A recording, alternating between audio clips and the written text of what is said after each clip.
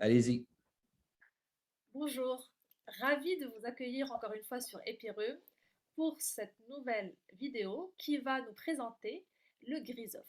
Le GRISOF qui est le groupe de réflexion international en sciences ouvertes francophones. J'ai le plaisir pour ce faire d'accueillir professeur Tremblay, Yves de l'Université Laval, qui est l'un des fondateurs de ce groupe et qui va nous en parler plus amplement. Professeur Tremblay, bonjour. Bonjour. Ravi de vous avoir sur Épireux. Ben, merci de cette très belle invitation, chère madame. Alors, tout d'abord, est-ce que vous pouvez nous euh, développer d'où vous est venue l'idée de fonder ce groupe de réflexion? Oui, ben écoutez, habituellement, comme c'est le cas pour plusieurs situations, la réflexion remonte un petit peu loin. En fait, ça remonte à 2016-2018, où en 2016 et en 2018, avec mon collègue qui est aussi le cofondateur du GRISOF, le professeur émérite Étienne Lemarié de Tours, avec lequel nous avions organisé deux tables rondes, des tables rondes Afrique, dans le cadre d'un congrès organisé par un collègue à moi, le professeur, j'oublie son nom, je m'excuse, nous avions organisé deux tables rondes Afrique autour de la question de l'accès des soins. Et à la suite de ces deux tables rondes-là, j'ai eu une invitation pour passer une année sabbatique en Afrique. Année sabbatique que j'ai passée au Gabon, à Libreville, avec ma conjointe, où, encore une fois, avec le professeur Étienne Lemarié, mon fidèle compagnon depuis plusieurs années, nous avons organisé le premier colloque africain de médecine personnalisée au Gabon. Et donc, suite à ces trois activités-là, donc nous sommes à la fin 2019. À la fin 2019, je rentre de année sabbatique à Québec, à l'Université Laval, et avec l'intention de poursuivre cette action de l'accès aux soins. Inutile de vous dire qu'en début 2020, on est frappé par la COVID. Et là, les sciences biomédicales sont heurtées par un phénomène qui existe depuis longtemps, mais dont les sciences médicales n'ont jamais pris vraiment conscience, c'est le phénomène de la science ouverte. Où, avec la science ouverte, vient, je dirais, diverses conséquences et qui ont un peu exacerbé les sciences de la santé. Le premier phénomène, c'est celui des revues prédatrices. Le deuxième phénomène, c'est celui des préprints. Et tout ça en relation avec la science ouverte. Donc, si vous voyez un petit peu où je m'en viens, inconsciemment, avec le professeur Lemarié, on a comme un peu laissé de côté l'accès aux soins et on s'est dit il faut faire quelque chose en regard avec la science ouverte.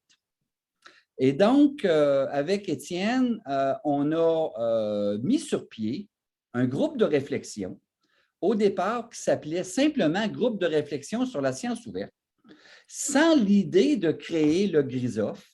Et on a commencé à travailler autour de cette question de la science ouverte avec l'approche des conséquences les plus frappantes pour les sciences de la santé, c'est-à-dire la question des revues prédatrices.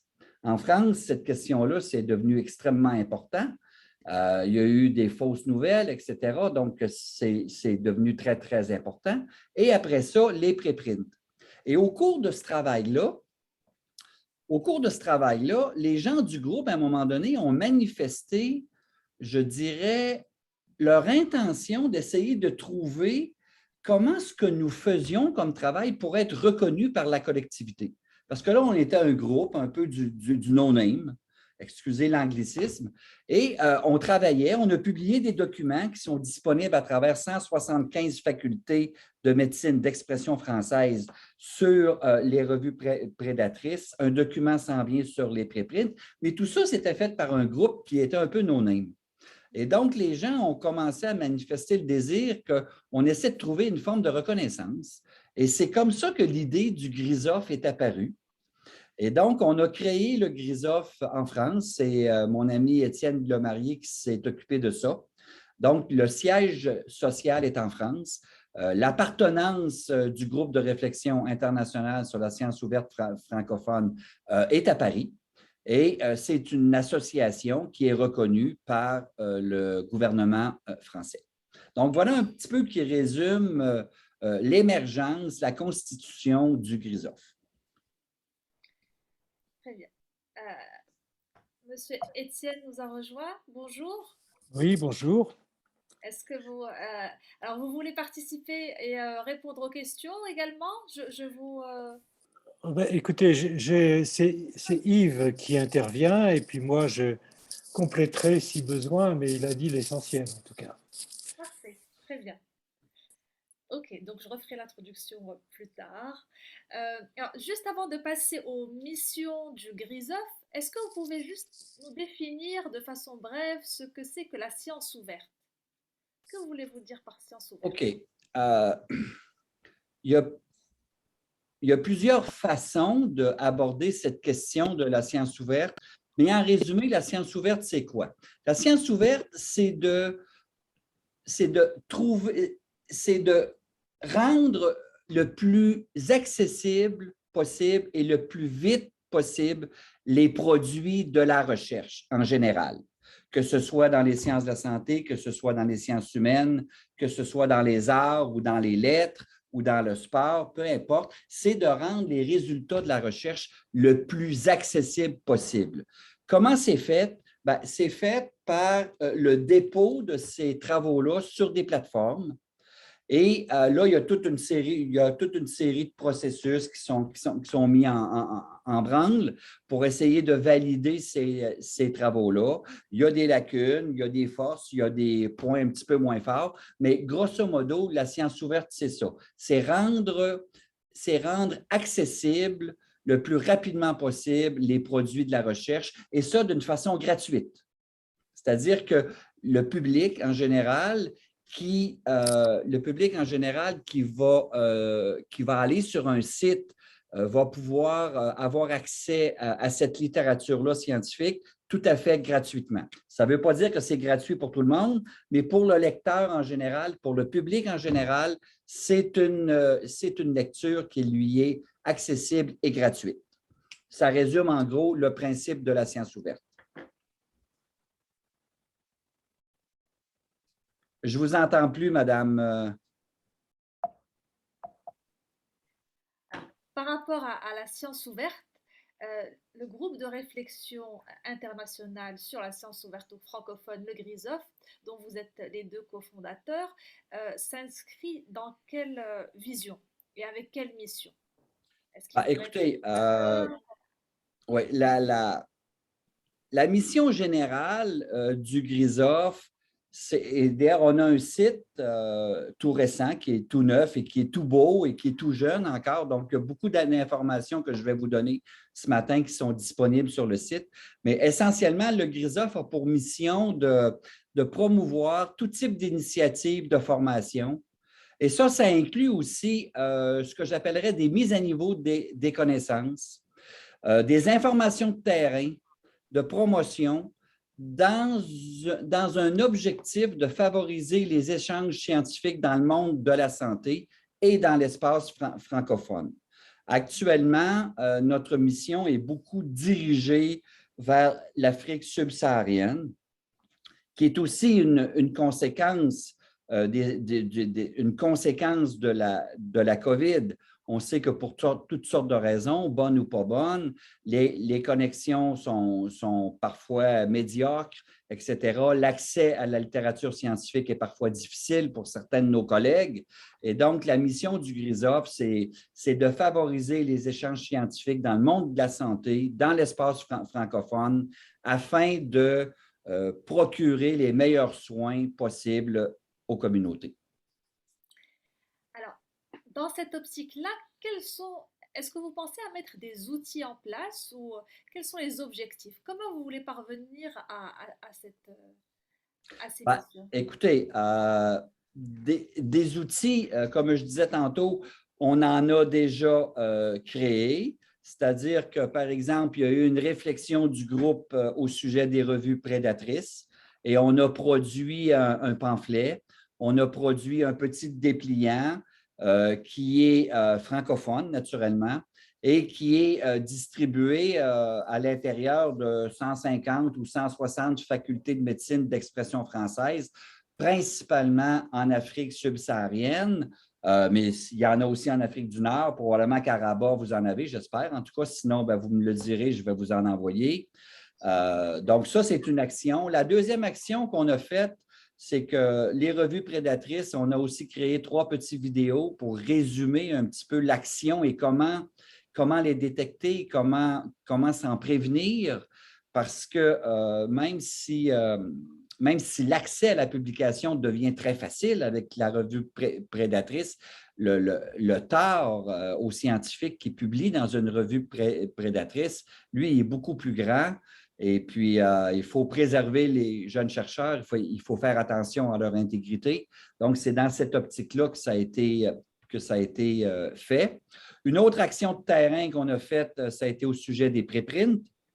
C'est aussi une des conséquences, une des voies d'accès de la science ouverte, c'est le dépôt de travaux de recherche sur des sites préprint. Et ces travaux-là, comme ils sont déposés sur des sites accessibles à tous, ce n'est pas nécessairement encore une littérature qui a été révisée par les pairs. Donc, ça veut dire ce que ça veut dire. Il ne faut pas prendre cette littérature-là au pied de la lettre. Il peut y avoir des erreurs dans ça. Pour ceux d'entre vous qui avaient publié dans l'ancien système et qui continuez de publier dans l'ancien système, vous savez que quand vous déposez un article auprès d'un éditeur, il y a tout un processus avant que ce texte-là soit accepté au final et publié. Et si vous comparez souvent la version finale publiée par rapport à la version initiale déposée, même si dans le fond, il n'y a probablement pas de changement, sauf dans les cas de fraude ou des choses comme ça, mais il y a quand même du changement, ne serait-ce que, par exemple, au sujet des interprétations des données. Souvent, les éditeurs vont nous freiner, ils vont dire « Oups, là, tu vas trop loin ». Donc, tout ce genre toute cette réflexion-là, naturellement, n'est pas faite sur les textes déposés en préprint. Et il y a par contre certains textes qui vont aller beaucoup plus loin, qui vont passer par le processus de révision. Là encore, le processus de révision, il va falloir y réfléchir parce qu'un processus de révision en ligne, ce n'est pas du tout comme un processus de révision par des pairs dont tu ne connais pas les noms. Et donc, ça aussi, il y a une réflexion à avoir sur ça. Et donc, ça, ce sont des actions que je dirais qui ont été faites. On a aussi COVID nous obligeant, si vous voulez, nous obligeant, non, parce qu'on n'a pas été obligés. On l'a fait parce qu'on a bien voulu le faire, Étienne et moi. Mais quand la COVID a frappé la planète, on s'est rendu compte qu'effectivement, il y avait beaucoup de nos collègues qui manquaient d'informations. Et donc, on a mis sur pied un bulletin. Et maintenant, on en a fait, la première édition du bulletin, si j'ai bonne mémoire, c'est mars 2020. Et donc, on est rendu à avril 2022. Et puis, au tout début, c'était 2 par mois. Et après ça, on est tombé à 1 par mois. Donc, on a créé ce bulletin-là pour justement amener l'information auprès des collègues. Il y avait de la littérature, il y avait des grandes nouvelles, il y avait des grandes questions. Donc, tout ça, ça a été fait bénévolement et gratuitement par le professeur Lemarié et moi-même et par d'autres collègues. Je pense aussi à Franck Soyez de la SPLF et je pense aussi à un autre collègue aussi du Maroc, de Casablanca, de Tunis, c'est-à-dire Zouer Souissi, qui nous a beaucoup aidés dans ce travail-là. Donc, ça aussi, c'est une action dont on peut être fier. Une autre action qu'on a aussi menée et puis qui va très bien et dont la responsabilité est plus un petit groupe à l'intérieur, dont le directeur de ce que je vais vous parler là, Olivier Armstrong, c'est un groupe de formation. Il y a 10 ou 11 formations qui sont disponibles et qui sont organisées par le professeur Olivier Armstrong et qui sont disponibles pour les facultés qui en ont besoin. La liste est disponible. Donc, en gros, ça résume un petit peu, le champ d'action du GRISOF à l'heure actuelle. Naturellement, on a des actions à venir. Il y a des actions que je dirais qui sont en incubation, d'autres qui sont sur le point d'aboutir. Donc, en gros, ça résume un petit peu là où on en sommes, où nous en sommes.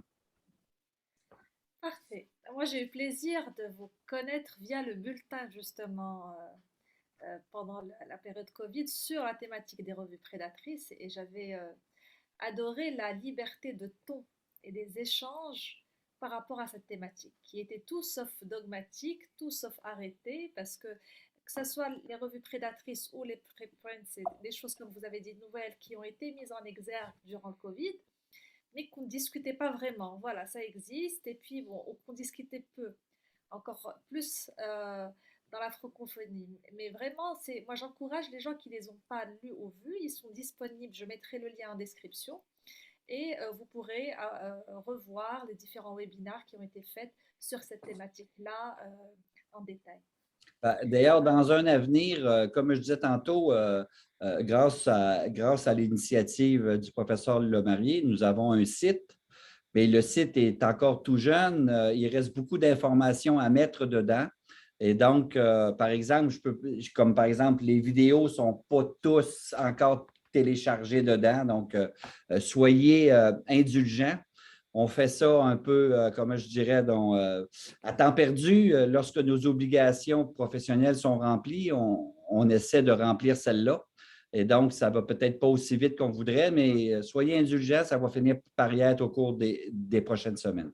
Et vous savez, tout ce travail-là, finalement, c'est porté par la vision d'un groupe. On est un groupe d'une douzaine de personnes et on a tous la même vision, c'est-à-dire mieux former les formateurs pour mieux enseigner, mieux faire la recherche, favoriser des approches interdisciplinaires pour mieux prévenir, mieux diagnostiquer, puis finalement, mieux traiter. C'est ça qui est l'objectif. Hein?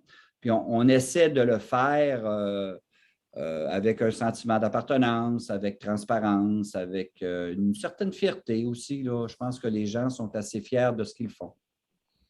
Parfait. Professeur Lemarié, est-ce que vous avez un commentaire sur ce que vient de dire professeur Tremblay par rapport à la naissance du GRISOF ou à ses missions, son avenir? Écoutez, je crois que tout a été dit. Si vous le permettez, moi, je peux simplement reprendre quelques mots-clés qui sont dans les définitions de la science ouverte et qui résument à peu près ce que nous voulons faire. Parce que vous demandiez tout à l'heure quels étaient nos objectifs. Ces mots-clés qui sont communs à toutes les définitions, je les ai revus récemment, c'est le partage des données, la transparence, la diffusion des résultats, des méthodes et des produits de la recherche et l'intégrité scientifique. Si vous considérez tous ces mots-clés, vous avez vos objectifs, en gros. Voilà. Alors évidemment, on ne va pas s'attaquer à tout. L'intégrité scientifique, c'est tout un domaine, comme vous le savez, mais ça résume à peu près tout. Et il y a beaucoup de travail. Et je dirais que la première des choses, c'est ce qu'a dit Yves tout à l'heure, c'est probablement alerter nos collègues. Car si vous parlez de sciences ouvertes à nos collègues, dans l'ensemble, ils ne savent pas ce que c'est. Mais parfois, ils en sont victimes sans savoir ce que c'est. En particulier des revues prédatrices. Ils peuvent être embarqués dans des histoires invraisemblables.